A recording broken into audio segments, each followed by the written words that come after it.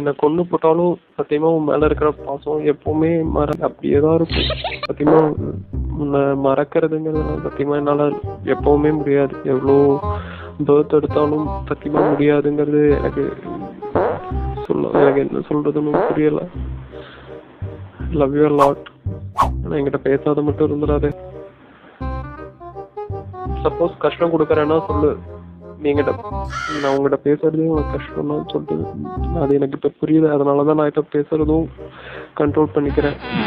நான் போயிடாது. சப்போஸ் கஷ்டம் கொடுத்தா நான் கஷ்டம் கொடுக்குறேன்ட்டு தான் போயிடு. உன் சந்தோஷம் தான் எனக்கு முக்கியம். ஆனால் நீ எல்லாமே இருக்கிறதுங்கிறது என்னால முடியாது. உன்னோட மெமரிஸ் போதும்.